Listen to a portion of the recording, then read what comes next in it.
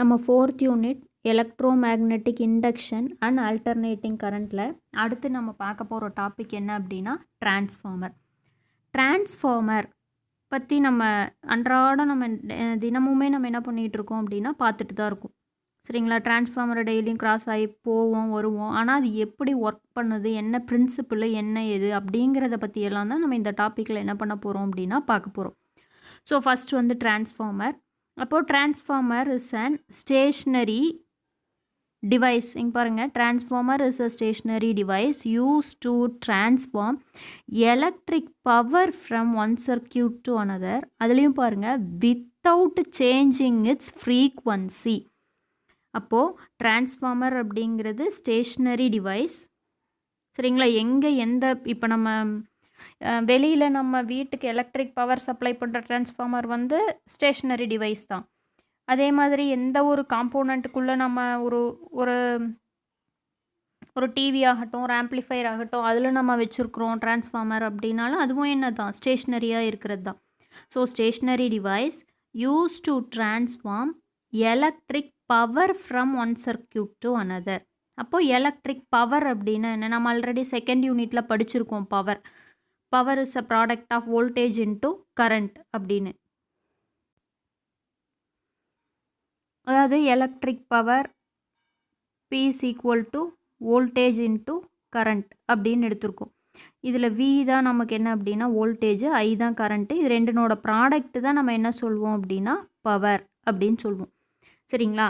அதுக்கடுத்து ஃப்ரீக்வன்சின்னு இன்னொரு டேர்ம் வரும், அதையும் பார்த்துடலாம். Frequency F is equal to 1/T, reciprocal of a time period. இது ஆல்ரெடி நம்ம கிராஸ் ஆகி வந்திருக்கோம், இதுவும் நமக்கு வந்து தெரியும். It is used to transform electric power from one circuit to another without changing its frequency.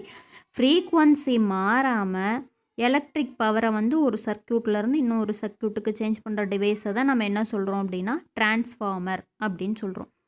சரிங்களா? அந்த டிரான்ஸ்ஃபார்மரில் பாருங்கள், நம்ம அப்ளை பண்ணுற இஎம்எஃப் வந்துட்டு, அப்ளை பண்ணுற ஆல்டர்னேட்டிங் வோல்டேஜ் வந்துட்டு ஒன்றா இன்க்ரீஸ் பண்ணிக்கலாம், இல்லைனா டிக்ரீஸ் பண்ணிக்கலாம். சரியா? அதுவும் எதை வச்சு அப்படின்னா கரண்ட்டை வச்சு. நம்ம கரண்ட் இன்க்ரீஸ் பண்ணுறோம் அப்படின்னா வோல்டேஜ் டிக்ரீஸ் பண்ணிக்கலாம். சரிங்களா? அது ஏன் வந்து இந்த கண்டிஷன் சொல்கிறாங்க அப்படிங்கிறது இதே டாப்பிக்கில் பின்னாடி நம்ம பார்க்க போகிறோம். அடுத்து டிரான்ஸ்ஃபார்மரில் வந்து எத்தனை டைப்ஸ் இருக்குது அப்படின்னு கொடுத்துருக்காங்க பாருங்கள். If the transformer converts alternating current with low voltage into alternating current with high voltage. இதில் வந்து வோல்டேஜ் தான் ரொம்ப முக்கியம். ஹை வோல்டேஜ், லோ வோல்டேஜ், அதை ஞாபகம் வச்சுக்கிட்டிங்கன்னா போதும். இங்கே பாருங்கள், low voltage into high voltage, அது என்னது, ஸ்டெப் அப் டிரான்ஸ்ஃபார்மர். அதுவே ஹை வோல்டேஜை லோ வோல்டேஜாக கன்வெர்ட் பண்ணுச்சுன்னா அது வந்து ஸ்டெப் டவுன் டிரான்ஸ்ஃபார்மர். இப்படி நீங்கள் ஞாபகம் வச்சுக்கலாம். லோலேருந்து ஹை ஆகிருக்கு அப்படின்னா வேல்யூ ரைஸ் ஆகுது, ஸோ அப்போ ஸ்டெப் அப். அதுவே டிக்ரீஸ் ஆகிறத நம்ம டவுன் அப்படின்னு எடுத்துக்கிட்டோன்னா ஸ்டெப் டவுன் டிரான்ஸ்ஃபார்மர். அப்போ டிரான்ஸ்ஃபார்மரில் 2 டைப்ஸ், ஸ்டெப் அப் டிரான்ஸ்ஃபார்மர் ஒன்று, ஸ்டெப் டவுன் டிரான்ஸ்ஃபார்மர் ஒன்று. கன்ஸ்ட்ரக்ஷன் அண்ட் ஒர்க்கிங்கில் பிரின்சிபிள் ஃபஸ்ட்டு பார்க்கலாம். அப்போ பிரின்சிபிள் ஆஃப் அ டிரான்ஸ்ஃபார்மர் என்ன அப்படின்னா மியூச்சுவல் இண்டக்ஷன் பிட்வீன் 2 காயில்ஸ். இதுதான் டிரான்ஸ்ஃபார்மரோட principle, mutual induction between 2 coils. அப்போ மியூச்சுவல் இண்டக்ஷன் அப்படின்னா என்னங்கிறத இங்கே கொடுத்துருக்காங்க பாருங்கள். when an electric current passing through a coil changes with time and EMF is induced in the neighboring coils. சரிங்களா? அப்போ மியூச்சுவல் இண்டக்ஷனை பற்றி நம்ம முன்னாடி படிச்சிருக்கோம் இல்லைங்களா? உங்களுக்கு ரொம்ப அதை வந்து எக்ஸ்பிளைன் பண்ணணும்னு அவசியம் இல்லை. ஸோ அப்போ ஒரு காயிலில் நம்ம கரண்ட் வந்து நம்ம பாஸ் பண்ணுறோம் அப்படின்னா நியர்பை பக்கத்தில் வச்சுருக்கிற இன்னொரு காயிலில் நமக்கு என்ன ப்ரொடியூஸ் ஆகும், இஎம்எஃப் ப்ரொடியூஸ் ஆகும். ஸோ அந்த தான் நம்ம இந்த ஃபினாமினனை நம்ம மியூச்சுவல் இண்டக்ஷன் அப்படின்னு சொல்லுவோம். ஸோ அந்த ஃபினாமினன் தான் நம்ம எதில் யூஸ் பண்ணுறோம் அப்படின்னா டிரான்ஸ்ஃபார்மரில் பிரின்சிபலாக யூஸ் பண்ணுறோம். டிரான்ஸ்ஃபார்மரோட பிரின்சிபலுக்கு அடுத்து அதனோட கன்ஸ்ட்ரக்ஷன் பார்த்தோம் அப்படின்னா, இதனோட கன்ஸ்ட்ரக்ஷனில் பாருங்கள், இந்த இடத்துல நமக்கு நம்பர் ஆஃப் ப்ரைமரி வோல்டேஜ் இருக்குது இங்கே வந்து நமக்கு செகண்டரி வோல்டேஜ்னு கொடுத்துருக்காங்க. அப்போது ப்ரைமரி காயில் கூட கனெக்ட் ஆகிறது இதுதான் நமக்கு என்னென்னா ப்ரைமரி காயில், இது செகண்டரி காயில். செகண்டரி காயிலுக்கு அப்ளை பண்ணுற வோல்டேஜ் செகண்டரி வோல்டேஜ், ப்ரைமரி காயிலுக்கு அப்ளை பண்ணுற வோல்டேஜ் ப்ரைமரி வோல்டேஜ். இது விபிவிஎஸ் அப்படின்னு ரெப்ரசன்ட் பண்ணுறோம். அடுத்து பாருங்கள், அப்போ டிரான்ஸ்ஃபார்மரில் நம்ம இந்த பிக்சரை வச்சு நம்மளால் என்ன ஐடென்டிஃபை பண்ண முடியுது அப்படின்னா 2 காயில்ஸ் இருக்குது. அதாவது 2 காயில் அப்படிங்கிறது இதை வந்து நம்ம வந்து ப்ரைமரி காயில்னும் இதை வந்து நம்ம செகண்டரி காயில் அப்படின்னு சொல்கிறோம். அப்போது இப்போ நம்ம இங்கே பாருங்கள், ப்ரைமரி காயிலுக்கு நாம் இங்கே வோல்டேஜ் இப்போ இந்த இடத்துல நம்ம அப்ளை பண்ணுறோன்னு வச்சுக்கோங்களேன். இப்போ ஆல்டர்னேட்டிங் கரண்ட்டு தான் நம்ம டிரான்ஸ்ஃபார்மருக்கு அப்ளை பண்ணுவோம். ஆல்டர்னேட்டிங் கரண்ட் அப்படின்னா இந்த மாதிரி நம்ம போடுவோம் இல்லைங்களா, வித் ரெஸ்பெக்ட் டு டைம் நமக்கு என்ன ஆகும், அதனோட மேக்னிடியூட் வந்து நமக்கு சேஞ்ச் ஆகிறது தான் நம்ம ஆல்டர்னேட்டிங் கரண்ட்டுன்னு சொல்கிறோம். அப்போ நம்ம ப்ரைமரி காயிலில் நம்ம ஆல்டர்னேட்டிங் கரண்ட் அப்ளை பண்ணுறப்ப இந்த இந்த காயிலில் நமக்கு என்ன இருக்கும், ஃப்ளக்ஸு சேஞ்சஸ் இருக்கும். அப்போ இந்த காயிலில் ஃப்ளக்ஸ் சேஞ்சஸ்னால இதனோட நெய்பரிங் காயிலான இங்கேயும் நமக்கு என்ன இருக்கும் அப்படின்னா ஃப்ளக்ஸ் சேஞ்ச் இருக்கும். அப்போ இங்கே ப்ரைமரி காயில்லையும் நமக்கு என்ன ப்ரொடியூஸ் ஆகும்னா இஎம்எஃப் ப்ரொடியூஸ் ஆகும். சரிங்களா, அதே இது இங்கேயும் நமக்கு என்ன ப்ரொடியூஸ் ஆகும்னா இஎம்எஃப் ப்ரொடியூஸ் ஆகும். அப்போ ப்ரைமரி காயிலில் ப்ரொடியூஸ் ஆகிற இஎம்எஃப்பை வந்துட்டு இபி அப்படின்னும், இந்த செகண்டரியில் ப்ரொடியூஸ் ஆகிற இஎம்எஃப்பை வந்துட்டு இஎஸ் அப்படின்னும் நம்ம பின்னாடி பார்ப்போம். சரிங்களா, அப்போ இப்போதைக்கு எலக்ட்ரோ மேக்னெட்டிக் இண்டக்ஷன் பிரின்சிபலும் இங்கே யூஸ் ஆகுது அப்படிங்கிறது தான் நம்ம இப்போ சொல்ல வரோம். என்ன அப்படின்னா ஆல்டர்னேட்டிங் கரண்ட்டு அந்த காயிலில் ஃப்ளோ ஆகிறப்ப நமக்கு ஃப்ளக்ஸில் சேஞ்சஸ் இருக்கும். So due to flux change நமக்கு இஎம்எஃப் ப்ரொடியூஸ் ஆகும். சரிங்களா, இப்போ டிரான்ஸ்ஃபார்மரோட கன்ஸ்ட்ரக்ஷன் பார்க்குறதுக்கு முன்னாடி நம்ம இந்த பிக்சர் பார்த்துருக்கோம். இந்த பிக்சர்லேருந்து நமக்கு தெரிகிறது 2 வைண்டிங்ஸ் இருக்குது. இங்கே வந்து ப்ரைமரி வைண்டிங்ஸும் இங்கே வந்து நமக்கு செகண்டரி வைண்டிங்ஸ். சரிங்களா, 2 வைண்டிங்ஸ் இருக்குது அப்படின்னு பார்த்துருக்கோம். அதே மாதிரி ஒவ்வொன்றும் எந்தெந்த சிம்பிளில் ரெப்ரசன்ட் பண்ணுறோம் அப்படின்னு பார்த்துருக்கோம். இஎம்எஃப் எப்படி ப்ரொடியூஸ் ஆகுது அப்படிங்கிறதையும் பார்த்துருக்கோம். அடுத்து பாருங்கள், in the simple construction of a transformers there are 2 coils of high mutual induction wound over a same transformer core. இந்த நம்ம இமேஜ் பார்த்தோம் இல்லைங்களா, இந்த இமேஜில் இங்கே பாருங்கள், ஒரே டிரான்ஸ்ஃபார்மர் கோர் இதுதான். அதில் நம்ம என்ன பண்ணியிருக்கோம், 2 வைண்டிங்ஸ், இங்கே ப்ரைமரி இங்கே செகண்டரி. அதுதான் இந்த சென்டென்ஸோட மீனிங். அடுத்து the core is generally laminated and made up of good magnetic materials like silicon steel. அந்த மெட்டீரியலால் மேடாக இருக்கும்னு சொல்கிறாங்க. அடுத்து coils are electrically insulated but magnetically linked via transformer core. Electrically insulated means எலக்ட்ரிக்கல்னால், அதாவது ப்ரொடியூஸ் ஆகிற கரண்ட்னால நமக்கு என்ன இருக்குது, அந்த காயிலில் நமக்கு எந்தவித சேஞ்சஸுமே இருக்காது. அதுதான் நம்ம எலக்ட்ரிக்கலி இன்சுலேட்டட் அப்படின்னு சொல்கிறது. அடுத்து the coil across which alternating voltage is applied is called primary coil and the coil from which output power is drawn out is called secondary coil. நம்ம முன்னாடியே அந்த டயக்ராமில் பார்த்தது தான் இல்லைங்களா, primary coil secondary coil. அடுத்து பாருங்கள், the assembled cores and coils are kept in a container which is filled with the suitable medium for better insulating and cooling purpose. சரிங்களா, டிரான்ஸ்ஃபார்மரில் தொடர்ந்து நமக்கு ஃப்ளக்ஸ் ப்ரொடியூஸ் அதாவது ஃப்ளக்ஸு இன்க்ரீஸ் ஆகுது degrees ஆகுது, அந்த மாதிரி இருக்கிறதுனால நமக்கு என்ன ஆகும் அப்படின்னா ஹீட் ஆகும் டிரான்ஸ்ஃபார்மர்.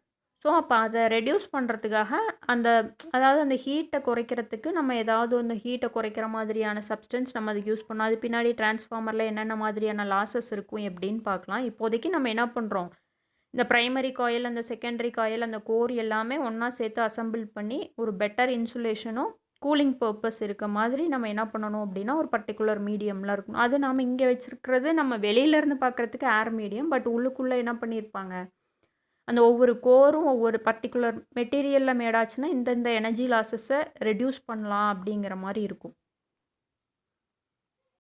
அடுத்து நம்ம முன்னமே சொன்னது தான் ஒர்க்கிங் பாருங்கள்.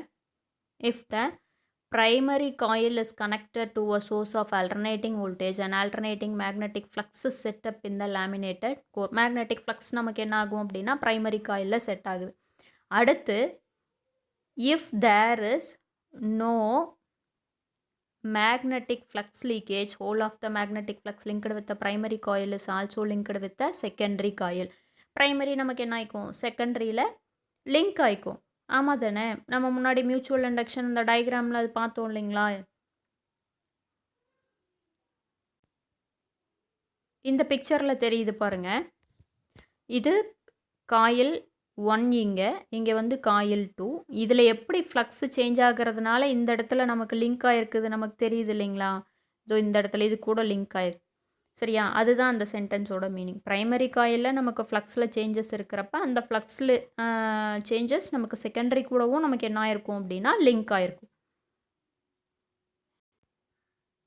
அப்போது if there is no magnetic flux leakage, whole of the magnetic flux linked with the primary coil is also linked with the secondary coil. அப்போது அது எதை மீன் பண்ணுது அப்படின்னா பாருங்கள், இது ரொம்ப முக்கியம்டா.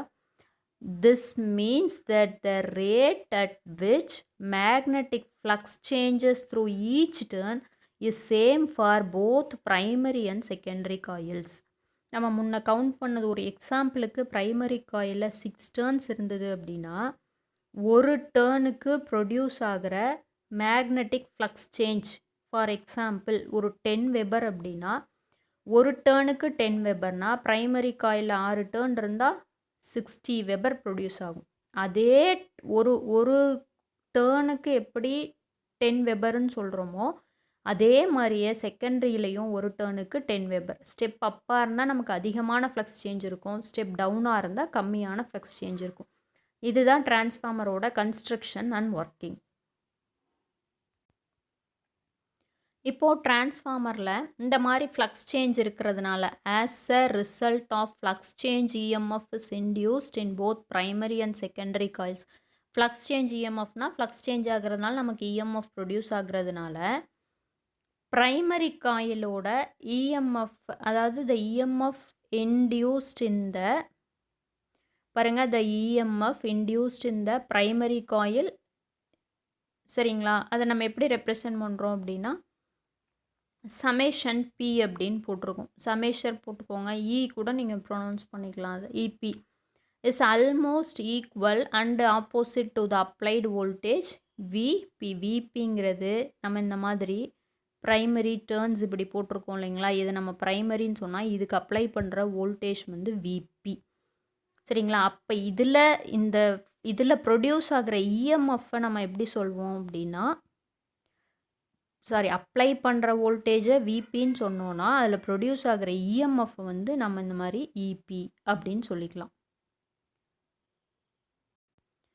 அப்போது இந்த விபி பாருங்கள், VP equal to EP equal to அது எதுக்கு ஈக்குவல் அப்படின்னா மைனஸ் என்பி டி5பி பை டிடி. இது நம்ம ஆல்ரெடி பார்த்தது தான். என்னது, லென்ஸ்லாம் பார்த்தோம் இல்லைங்களா, அந்த ஃபார்முலா தானே, ரீகால் பண்ணிக்கோங்க. லென்ஸ்லாம் என்னது, ப்ரொடியூஸ் ஆகிற இஎம்எஃப் வந்து நமக்கு, அதாவது ப்ரொடியூஸ் ஆகிற இஎம்எஃப் எப்படி இருக்கும், is equal to minus N into டி5/dt அப்படின்னு பார்த்தோம்.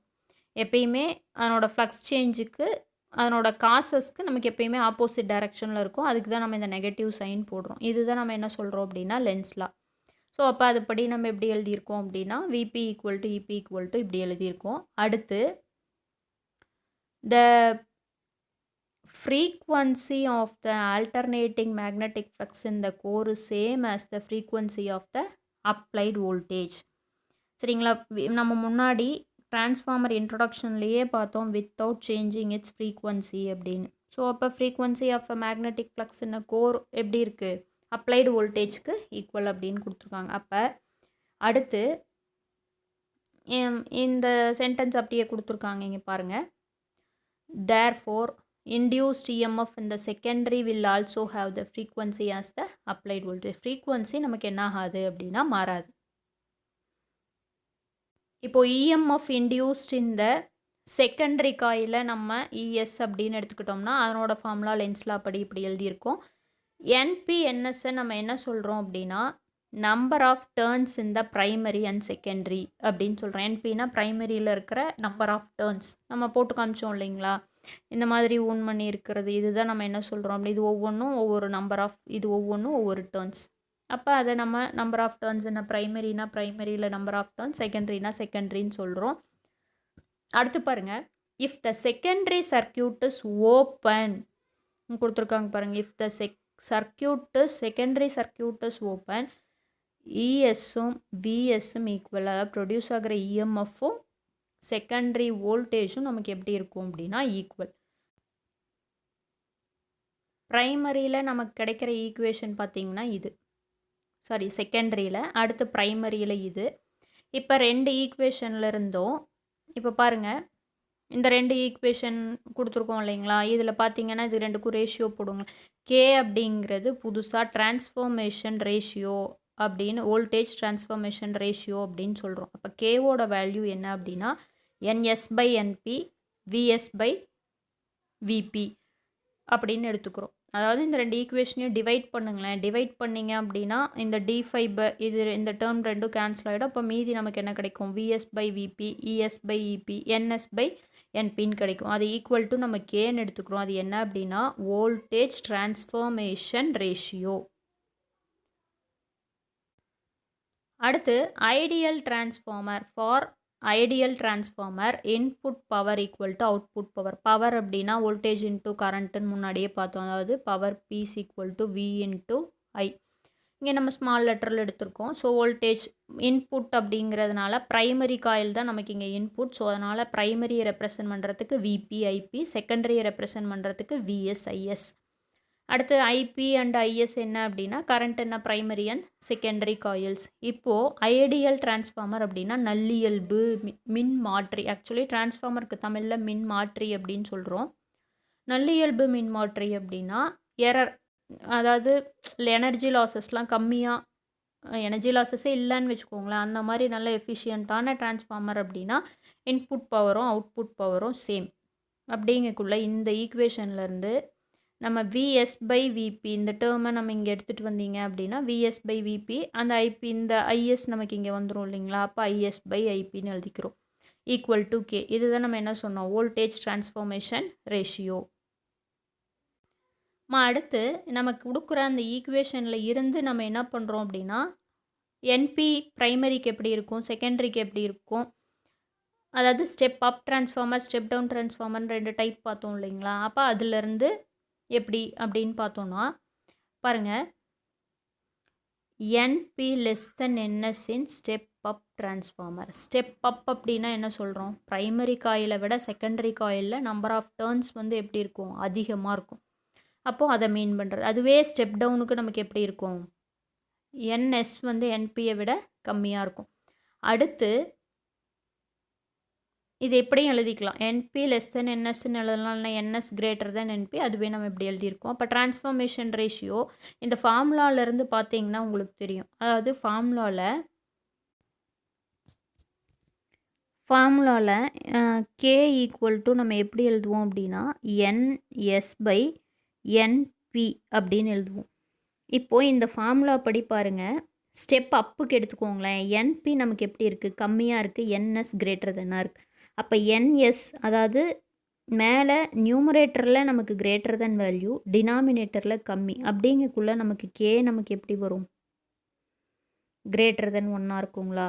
அதுவே இங்கே பார்த்தீங்கன்னா இப்போ NP கிரேட்டர் தென் NSஆர் இருக்குது. அப்போ கீழே இந்த வேல்யூ நமக்கு எப்படி இருக்குது, அதிகமாக இருக்குது. அப்போ இது கம்மியாக இருக்குது. அப்போ K நமக்கு எப்படி கிடைக்கும், லெஸ் தென் 1.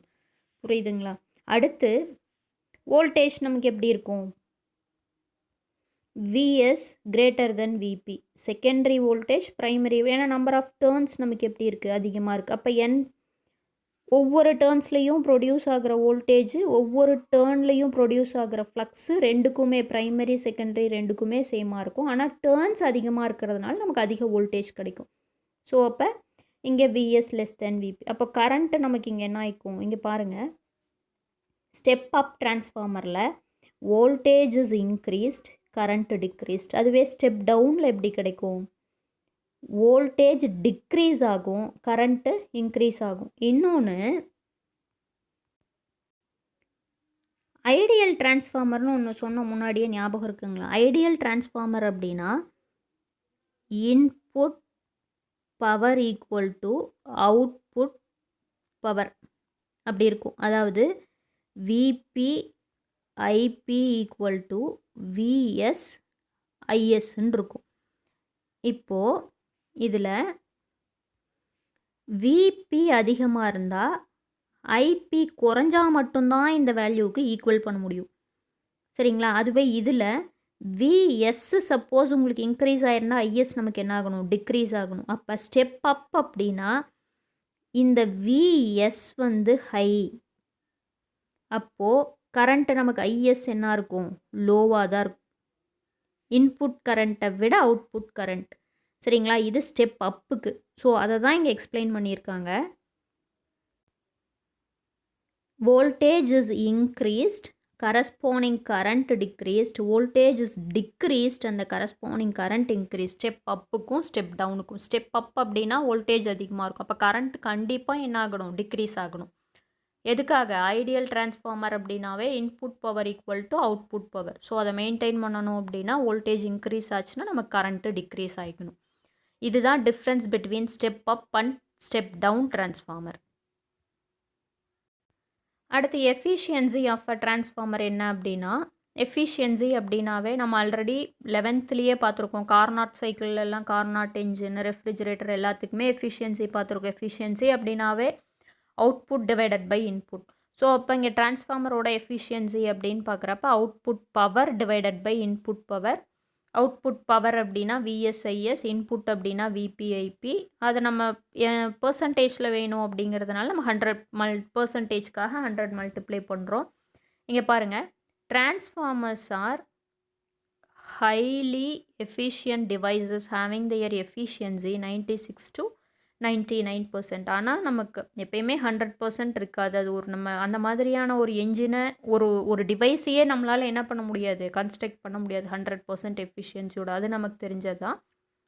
ஸோ இப்போ சம் எனர்ஜி லாஸஸ்னால அந்த டிரான்ஸ்ஃபார்மரில் இருக்கிற ஆல்டர்னேட்டிங் வோல்டேஜ் அந்த எனர்ஜி நமக்கு என்ன ஆயிக்கும் அப்படின்னா லாஸ் ஆகிக்கும். ஸோ அதனால் நமக்கு கிடைக்கிறது நமக்கு பார்த்தீங்க அப்படின்னா 96 to 99% தான் கிடைக்கும். இவ்வளோ தான் டிரான்ஸ்ஃபார்மர்.